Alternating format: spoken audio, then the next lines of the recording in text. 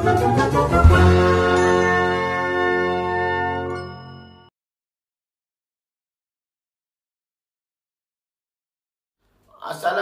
tuan-tuan. Okey, bertemu lagi kita dalam Baby Mat Family Channel. Hari ni kan, saya nak berbincang, saya nak berkongsi tentang 5 tabiat ibu bapa dalam grup belajar WhatsApp anak-anak. Okey, kita tengok satu demi satu tuan-tuan.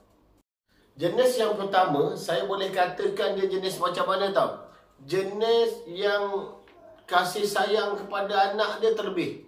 Sampai kita pun tak boleh nak membezakan yang belajar dia ke anak dia. Ini yang jenis golongan yang pertama ni.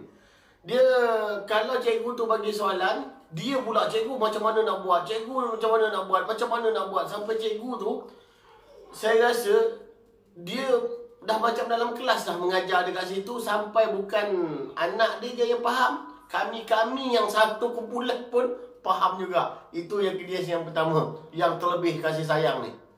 Jenis ibu bapa yang kedua adalah jenis 7-Eleven.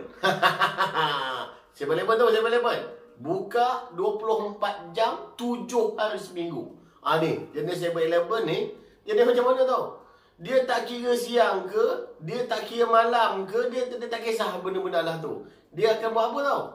Dia akan bertanya pukul 12 malam, 1 pagi, 7 pagi, 8 pagi. Kadang-kadang kan, saya tengah tidur, pam-pam bunyi. Kecemasan ni pukul 2 pagi. Buka-buka, cikgu, anak saya dah siap dah kerja dia. Aduh mak tuan, macam aku nak hempuk je kepala tu. Bukan kepala dia lah, kepala saya lah.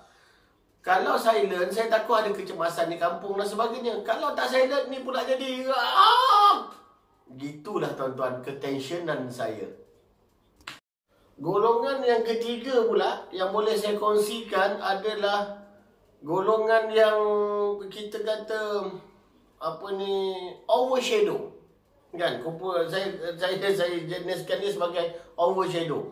Sampai kadang-kadang dalam tu kita tak tahu siapa cikgu, siapa student, siapa ibu bapa. Dia pula yang mengajar mak bapak kat dalam tu macam mana nak buat kerja sekolah anak. Cikgu termenung. Dia jenis apa? Cikgu bagi contohnya, cikgu bagi dia soalan. Oh yang ini saya tahu ni macam mana nak ajar anak ni. Dia pun dia tulis lah. Buat gini, buat gini, buat gini. Sampai cikgu tu kadang-kadang ada yang kecil hati. Jadi kalau ada kan di kalangan kita kan macam itu, henti-henti lah. Malu korang tu. Okey. Golongan keempat ni mana-mana pun ada. Golongan CCTV. Golongan CCTV ni macam biasalah. Lantak engkau lah kat dalam tu, mengia pun tidak, menidak pun tidak. Dia akan tengok je kat dalam tu, kan?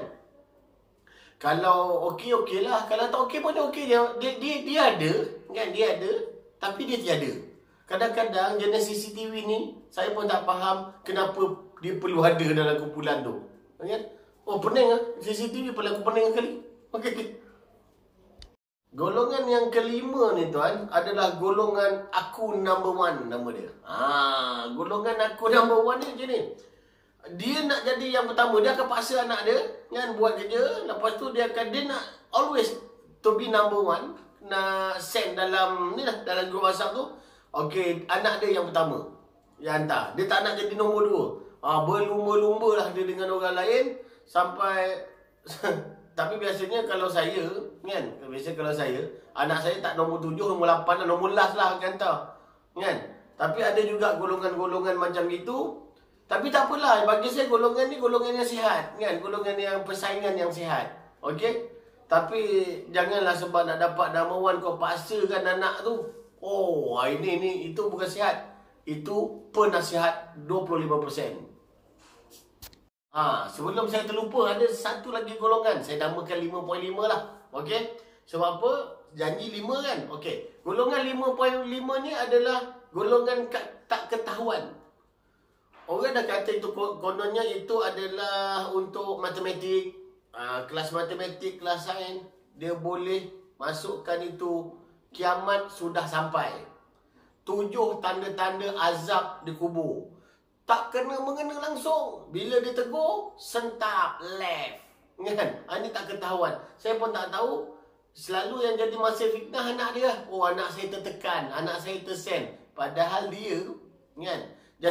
Jadi itulah golongan 5.5, golongan bonus ni. Tapi bukan dalam yang ini je. Kat mana-mana ada 5.5 ni.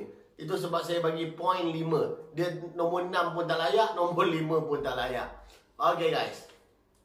Okay tuan-tuan, itu saja sedikit yang boleh saya kongsikan. Saya kelakar lah tengok kereta ni sebenarnya tu. Itulah sedikit kereta yang boleh saya kongsikan tentang ibu bapa, cikgu dan anak-anak dalam WhatsApp. Okay. Ada yang terlalu excited, ada yang buat tak tahu. So pesan saya satulah, ya, satu je. Jangan sampai kita terlalu excited menyebabkan cikgu terganggu, ataupun kita tak ambil tahu langsung sampai cikgu pun tak tahu kita wujud ke tidak. So biarlah orang kata kita, kewujudan kita tu dirasai oleh orang lain macam mana Liverpool. Okey? Liverpool kalau di mana-mana dia tetap ada. Tapi kalau nombor 9 macam Arsenal tu, ada tak ada sama je tuan-tuan. Okey? So jadilah seperti Liverpool, jangan seperti Arsenal. See you in next video. Jangan lupa sila tekan subscribe dan loceng Baby Mart Family Channel. Jumpa lagi.